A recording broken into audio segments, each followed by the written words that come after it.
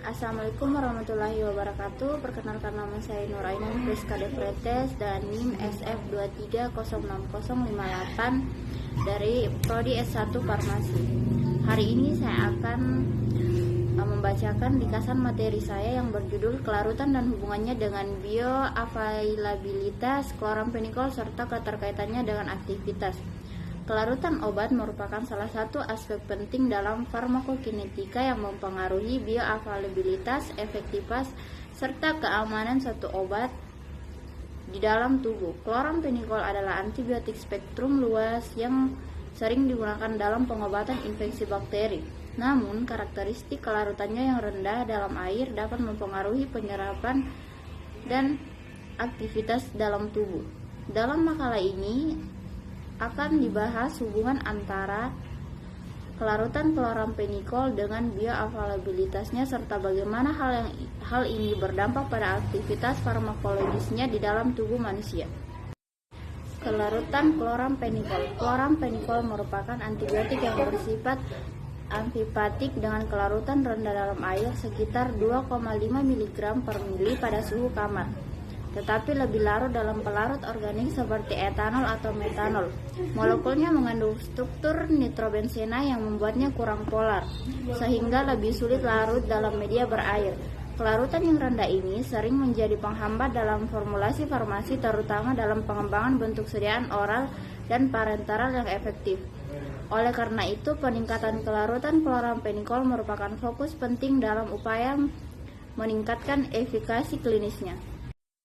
Selanjutnya, bioavailabilitas chloramphenicol. Bioavailabilitas merupakan persentase dosis obat yang mencapai sirkulasi sistemik dalam bentuk utuh setelah pemberian. Pada chloramphenicol, bioavailabilitas ditentukan oleh beberapa faktor termasuk kelarutan, permeabilitas melalui membran biologis, dan proses metabolisme di dalam tubuh. Chloramphenicol umumnya memiliki bioavailabilitas oral yang baik, yaitu sekitar 80-90% karena sifat lipopiknya yang memungkinkan penetrasi yang memadai melalui membran sel. Namun, kelarutannya yang rendah dapat membatasi laju penyerapan sehingga mempengaruhi onset atau awal kerja dan efektivitas terapeutiknya, terutama pada kondisi infeksi yang memerlukan respon cepat.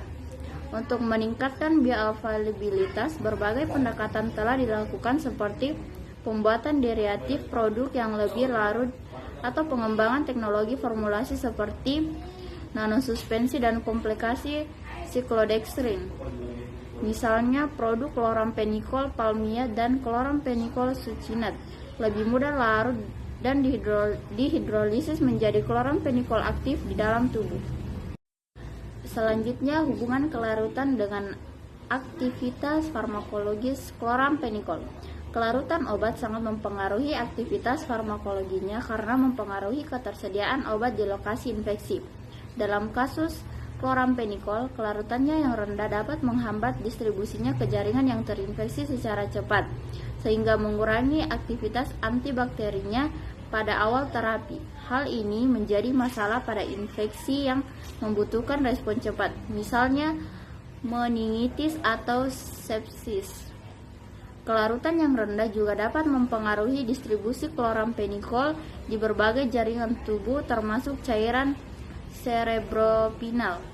Sebagai efektivitasnya dalam mengatasi infeksi pada sistem saraf pusat bisa terbatas. Dalam kondisi di mana konsentrasi obat yang tinggi diperlukan, dengan segera formulasi parenteral atau injeksi dapat digunakan untuk mencapai kadar terapeutik yang memadai dalam waktu singkat. Selanjutnya, upaya peningkatan kelarutan dan bioavailabilitas chloramphenicol. Berbagai strategi telah dikembangkan untuk meningkatkan kelarutan dan bioavailabilitas chloramphenicol. Beberapa pendekatan yang telah dicoba meliputi nanosuspensi. Teknologi ini memanfaatkan partikel ukuran nano untuk meningkatkan kelarutan dan stabilitas obat dengan ukuran partikel yang lebih kecil.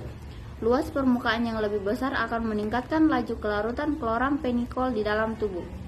Yang kedua, komplikasi dengan siklodextrin. Siklodextrin dapat membentuk kompleks ini inklusion dengan molekul klorampenikol sehingga meningkatkan kelarutan dan stabilitas obat dalam larutan. Yang ketiga, pembentukan produk. Produk seperti klorampenikol palmiat lebih larut dalam air dibandingkan bentuk asli klorampenikol dan secara efisien dikonversi kembali ke klorampenikol aktif di dalam tubuh. Yang keempat, penggunaan surfaktan dan eksipien pelarut. Surfaktan seperti sodium lauryl sulfat dapat membantu meningkatkan kelarutan dan penyerapan klorampenikol di saluran pencernaan. Selanjutnya, kesimpulan. Kelarutan klorampenikol merupakan faktor kunci yang mempengaruhi bioavailabilitas dan aktivitas farmakologisnya. Meskipun obat ini memiliki bioavailabilitas oral yang baik, kelarutannya yang rendah tetap menjadi kendala dalam pengembangan sediaan farmasi yang lebih efisien. Upaya peningkatan kelarutan, baik melalui teknologi formulasi maupun pembuatan produk, merupakan langkah strategis untuk meningkatkan efektivitas klinis klorampenikol dalam pengobatan infeksi bakteri. Oke, itulah pemaparan ringkasan materi dari saya, kurang dan lebihnya mohon dimaafkan. Assalamualaikum warahmatullahi wabarakatuh.